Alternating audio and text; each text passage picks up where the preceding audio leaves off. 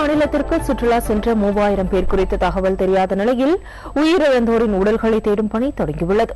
இதற்காக கேதார்நாத் பகுதிக்கு 200 பேர் கொண்ட குழுவை அம்மாநில அரசு அனுப்பியுள்ளது. இது தவிர தேசிய பேரிடர் மேலாண்மை படையினரும் நிலச்சரிவுகளில் மண்ணில் புதைந்தவர்களின் உடல்களை மீட்கும் பணியில் ஈடுபட்டுள்ளனர். அடிக்கடி மாறிவரும் வானிலை உடல்களை கண்டுபிடிக்கும் பணியில் சிக்கலை ஏற்படுத்தி வருவதாக பேரிடர் மேலாண்மை படையினர் தெரிவித்தனர். வெள்ள பாதிப்பு குறித்து செய்தியாளர்களிடம் பேசிய உத்தரகாண்ட் முதலமைச்சர் விஜய் பககுணா பத்ரிநாத் பகுதியில் மட்டும் சுமார் 900 பேரை மீட்க வேண்டியுள்ளதாக தெரிவித்தார். 1500க்கும் அதிகமான கிராமங்களுக்கு சாலை வசதிகள் துண்டிக்கப்பட்டுள்ளதாக கூறிய விஜய் பககுணா 1000 குடிநீர் திட்டங்கள் பாதிக்கப்பட்டுள்ளதாகவும் தெரிவித்தார்.